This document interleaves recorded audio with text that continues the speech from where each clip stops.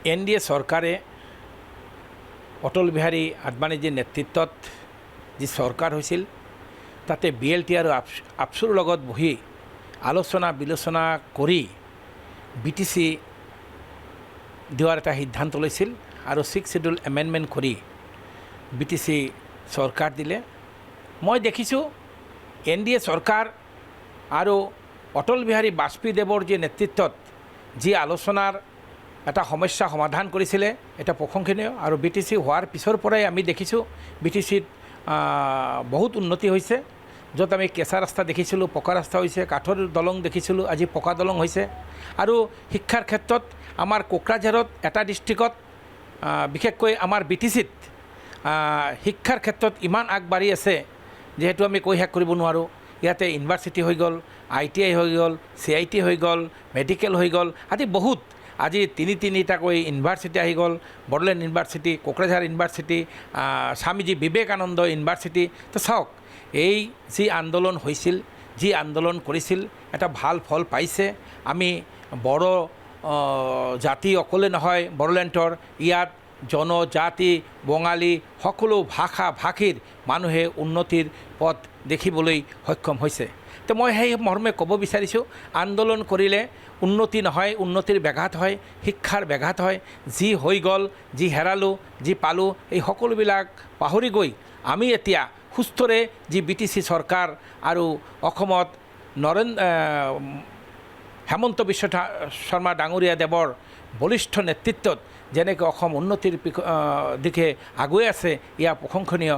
আৰু আমাৰ BTCৰ চিফ হাগ্ৰামা মহিলাৰী ডাঙৰীয়া দেৱেও যেনেকৈ পদক্ষেপ লৈছে ইয়া প্ৰশংসনীয়। সেইকাৰণে মই ভাবোঁ যে BTCত আৰু আন্দোলন কৰাৰ কোনো প্ৰয়োজন নাই, কোনো যুক্তি নাই। তথাপিও তেওঁ ভাৰতবৰ্ষ এটা গণতন্ত্ৰ দেশ, তেওঁলোকে যদি ইচ্ছা কৰে তেওঁলোকে কৰিব পাৰে। কিন্তু মই ভাবোঁ মই সকলো দল সংগঠনক এই চেনেলৰ মাধ্যমত আহ্বান জনাইছোঁ যে আমাৰ এই BTC যে উন্নতি হৈ আছে, অসমত যে উন্নতি হৈ আছে তাত যাতে ব্যাঘাত নহয়। ছাত্ৰ ছাত্ৰী যেনেকৈ পঢ়ি আছে তাৰ যেনে আগৰ দৰে কোনো ক্ষতি আৰু বিপদৰ সন্মুখীন হ'ব নালাগে, উন্নতিত যাতে ব্যাঘাত নহয়, এই আমি সকলো দল সংগঠনৰ প্ৰতি মই আহ্বান কৰিছোঁ। আচ্ছা, বড়োলেণ্ড সুকীয়া ৰাজ্য হোৱাটো আপুনি সমৰ্থন হয়নে?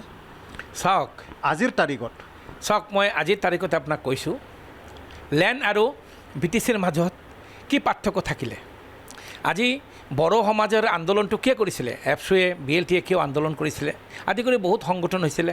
আন্দোলন কৰাৰ উদ্দেশ্য আছিল যে আমি এই বড়োলেণ্ডত আমি উন্নতি আৰু শিক্ষা আমি সকলো পিনে যাতে আগুৱাই যাব পাৰোঁ।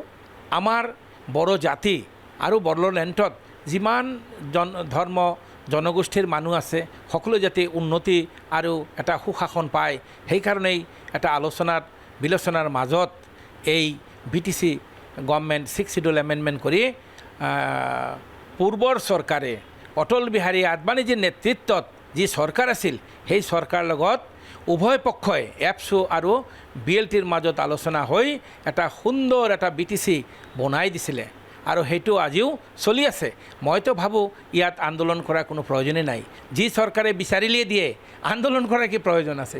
বিচাৰিলেই দিয়ে, যুক্তি দেখিলেই দিয়ে। যদি যুক্তি দেখুৱাব পাৰে হয়তো সেইটোও হৈ যাব। ইয়াৰ কাৰণে আমাৰ কি বাধা আছে? ইয়াত আমাৰ লেণ্ডৰো বাধা নাই, ইয়াত আমাৰ BTCৰো বাধা নাই। আমাৰ বাধা ক'ত আছে?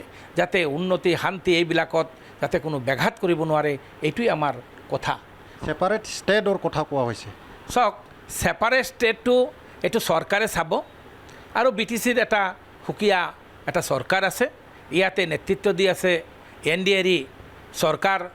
ইয়াত হাগ্ৰামা মহিলাৰী ডাঙৰীয়া দেৱ আৰু অসমত আছে বলিষ্ঠ নিষ্ঠাবান এজন মুখ্যমন্ত্ৰী হেমন্ত বিশ্ব শৰ্মা ডাঙৰীয়াৰ নেতৃত্বত যদি এইটো আলোচনা বিলোচনাৰ মাজত যদি দেখে, আমাৰ ভাৰত চৰকাৰ যদি দেখে যে নহয় BTC নহয় আজি আমি ছেপাৰেট ষ্টেট দিয়াটো এইটো সম্ভৱ, তেনেহ'লে চৰকাৰে সেইমতে পদক্ষেপ ল'ব।